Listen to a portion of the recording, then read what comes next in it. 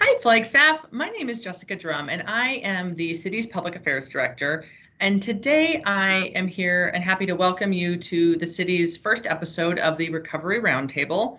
Today I am joined by John Saltonstall, and I'll let John introduce himself.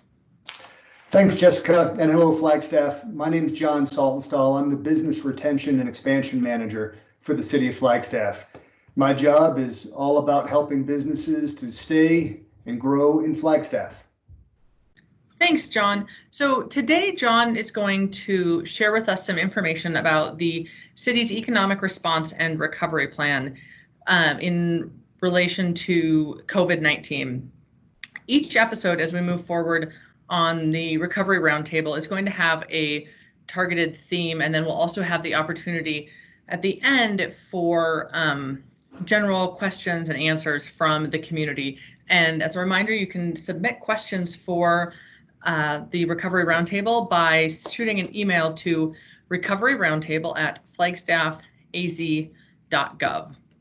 So without further ado, John, I'd like to hand the screen control over to you. If you can pull up your presentation and share with folks an overview of the Economic Response and Recovery Plan. You bet. Here we are. Thanks, Jessica. And again, these are a number of, this is 4 slides, all about what we've been doing since the onset of the COVID-19 in our lives and what's coming forward.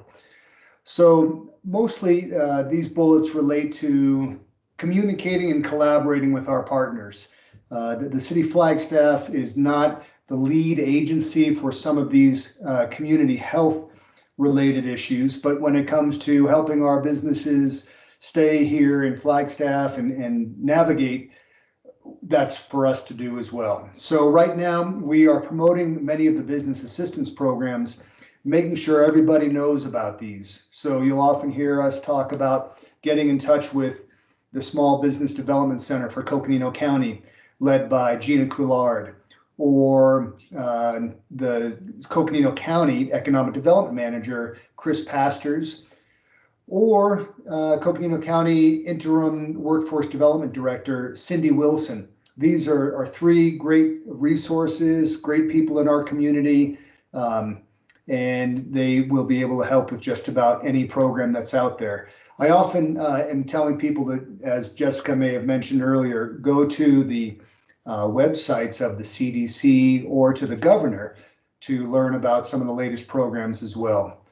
We're also collaborating with our regional partners. We've got NAU is currently surveying a number of the businesses in the entire county every 2 weeks, so we can get an idea of how things are going for those businesses. We know everyone's struggling right now, but the survey is going to help us really to quantify how that struggle is going. And then we also do reach out to businesses directly just to check in and provide that support where we can. Oftentimes it's about helping the businesses just to know who's doing what and how they can help. Let's see if I can get this to forward here. We're also working with some of our tenants up at the Incubator and Accelerator, helping them to adapt and pivot. We've been doing a lot of interesting workforce development efforts. We've been working with the FUSD, the school district, and Launch Flagstaff with a series called the Career Exploration Series. Every Thursday at 3 o'clock on Facebook and YouTube, we interview a particular entrepreneur, a business person, someone in the professional stage of their lives, to interview them and really bring them and their experience in front of middle school and high school people, and really anyone who subscribes to Launch Flagstaff on those platforms. It's a great event. And in fact, today, in just a few minutes, we have Aaron Stump, who is a serial entrepreneur.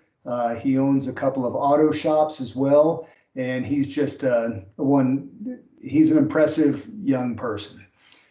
Business attraction is also shifting from more of our biomedical companies, just as the BR&E is, the business retention and expansion, really helping these companies get here or transition into more of the personal protective equipment and digital work, which these things are happening in with COVID as well. And here are a couple programs already funded. We've got an adaptive reuse policy. This is to assist small businesses to get into vacant spaces all over the community. We do, some of the requirements are that you're going into a space that's smaller than 5,000 square feet, that you have a current business plan, and that you've gone through the free pre-application meeting. These are the basic eligibility criteria.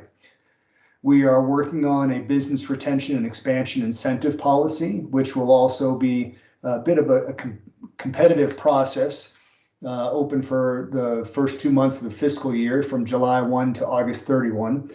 And the idea is to provide some assistance to the businesses that are here. And similarly, we've got a business attraction incentive policy, which is being developed right now as we speak. And this is going to be geared towards the businesses that want to come into our community. One more slide here. And there's also a program about a local auto sales fuel efficiency rebate. This is funded and in development. And we also have our Innovate Waste Challenge. This is an entrepreneurial competition, having people take a look at our waste stream. But with the advent of COVID, we are now extending that to anyone who wants to take a look at personal protective gear production. We've had a number of businesses change their current ways of doing business to produce more of this personal protective gear that we need so much in our community. And those are my economic development slides. So I'm going to stop sharing and send it back to you. So John, if folks had questions about any of those incentive policies that you just mentioned, or the broader economic response and recovery plan that we highlighted, where would they go for that information? No, we're trying to provide kind of a high-level overview right now and not necessarily go down into all of the very specific details, because trust me, there are a lot of details involved in this. And so where could we send folks?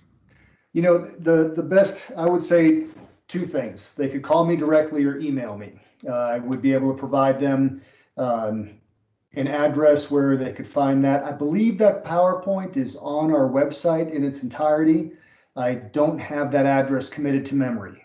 If you look on the City of Flagstaff's, our agendas for council meeting, it is included under the agenda and I'll check the date, but it is, I think, was the agenda from late April, and we can include that it'll be included in the post if folks want to see that full, I believe it's about an hour-long presentation, but I'll include that so that folks are able to reference that if they'd like to learn more about the full economic response and recovery plan. That'd be great. And the other way is just to call me directly at 928-213-2966. Awesome. Thanks so much, John. So as I mentioned before John's presentation, these recovery roundtable discussions will have the focused topics for the brief overview of the economic response and recovery plan. And then as well, we've got the option for, or the opportunity for, questions from the community.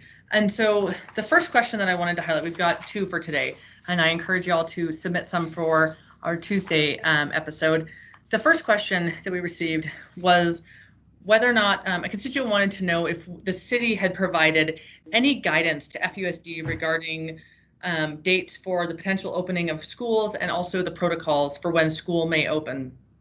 And no, the city did not. So I think that one thing I wanted to make sure that folks were aware of, the city of Flagstaff has not provided any public health guidance to anyone in the community, because we're not the public health experts. The Coconino County Health and Human Services Department has been the lead and continues to be the lead for Coconino County in our COVID-19 response. And so they have all of the public health expertise, and they house all of our epidemiologists and our public health experts in the county are over at Coconino County Health and Human Services. So no, the city has not provided any advice or any guidance to any entities in our community on their plans for reopening or potential reopening dates, or even their specific safety protocols.